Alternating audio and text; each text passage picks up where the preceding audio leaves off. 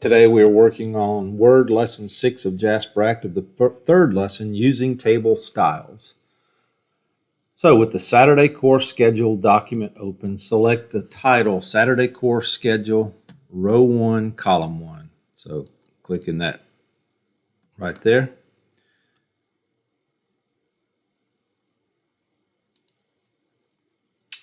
Click the Home tab if necessary, and in the paragraph group, click Center. So here's your center.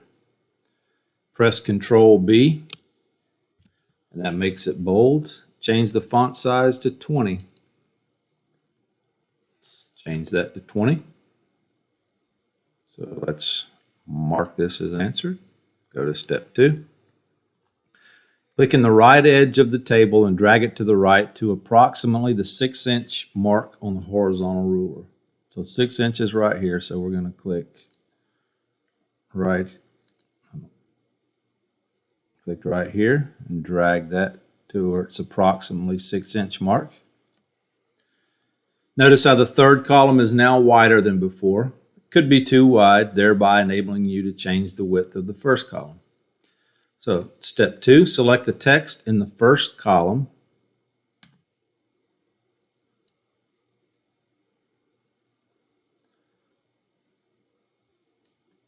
Click the vertical border at the right of the column and drag it to the right by approximately 1/2 inch.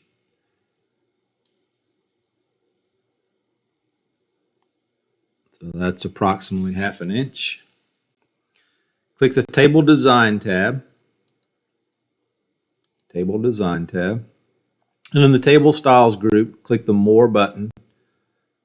So here's your table styles. Here's the More button.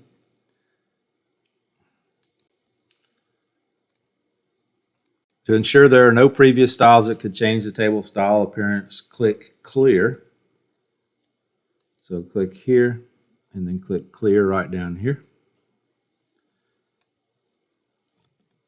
Notice how Word has removed all borders from the table, displaying only the grid lines.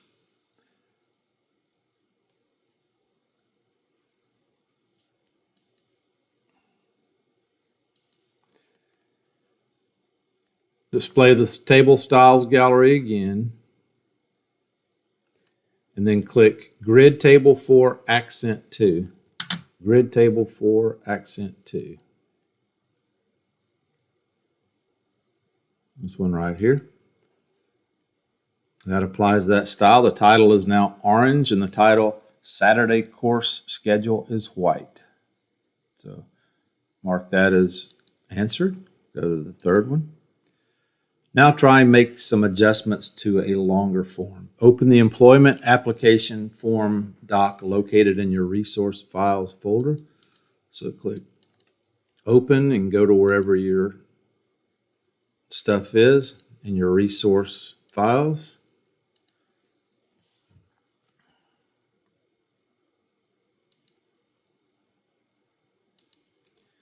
With the cursor on the Application for Employment title on page 1,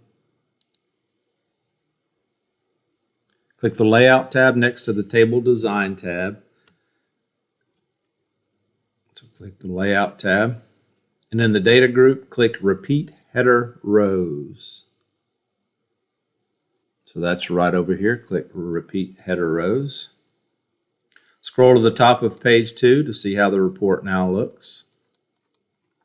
So you can see that Application for Employment is now on both pages. Same heading should be continued from the first page. Next, apply table style so you can observe how a table style formatting attributes can affect any formatting that may exist in the original document. So click the Table Design tab. In the Styles group, click More to display the gallery. And then it just wants you to point at different ones so you can see how different things would affect it in different ways. You should notice how some table styles change the form from 2 pages to 1 based on the spacing used in that style. Others may apply too much color for the form, especially if this form may be printed and then completed using a pen. So click the Grid Table 1 Light Accent 3. First row, fourth option. So grid table 1, light accent 3. Here's your grid tables. It's this one right here. Grid table 1, light accent 3. Notice how the spacing between the rows is tight.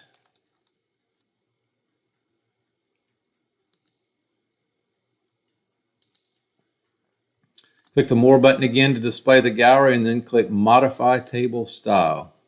So click the More button right down here, Modify Table Style. Click the Format button. Let me move this over so I can see my instructions. Click the Format button and then click Paragraph.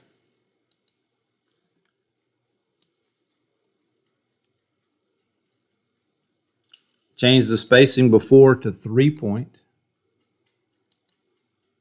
I'm going to have to click and actually type it. Spacing before is 3 point and spacing after to 4 point.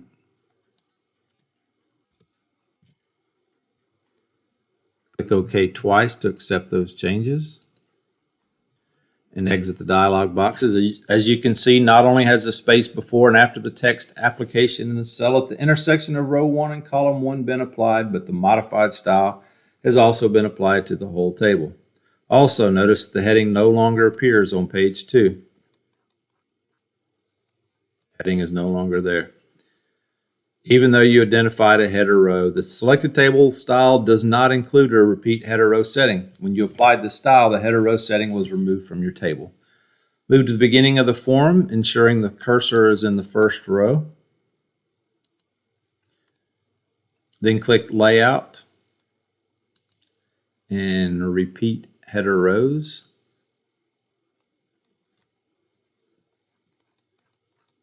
And when you scroll down now, you can see that it's back on there. So mark that as answered. Submit. And you can see we have 5 green check marks. So this completes lesson 6, the third lesson, using table styles.